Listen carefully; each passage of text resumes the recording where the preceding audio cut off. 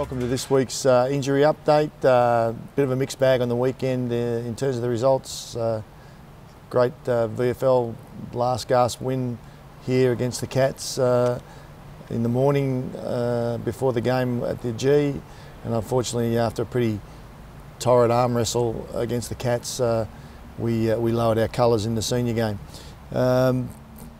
Couple of injuries coming out of the weekend, which was unfortunate. Jamie Elliott, in his comeback game in the VFL, re-injured his hamstring. He has had scans that confirm that while it's not the same site, it's certainly in the hamstring muscle, and that was followed up by Darcy Moore, who's also had a recurrence of a hamstring in the senior game. Yeah, with those two boys having recurrences of the hamstring, the time frame is still, in terms of their time on the sidelines, is not a solid picture yet.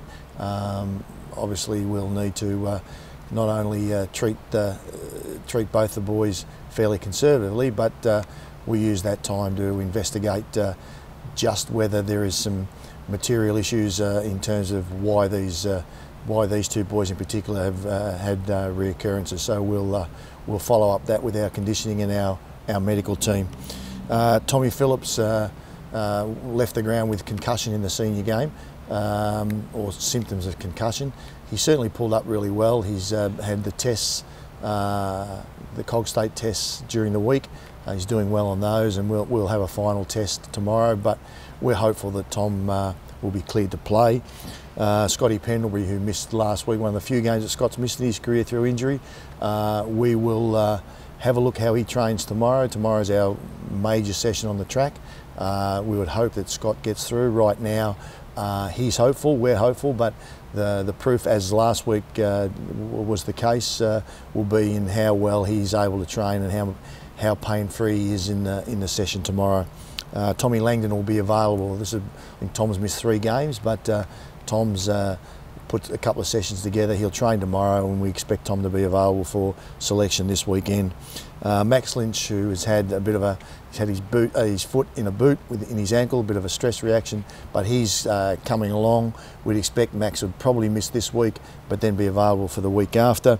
Ben Reid has really put some strong running sessions together, and he'll push for selection, but I would think the time that he's been out and the side of the injury with his Achilles would suggest that it's more likely that we'll see Ben available for selection the following week.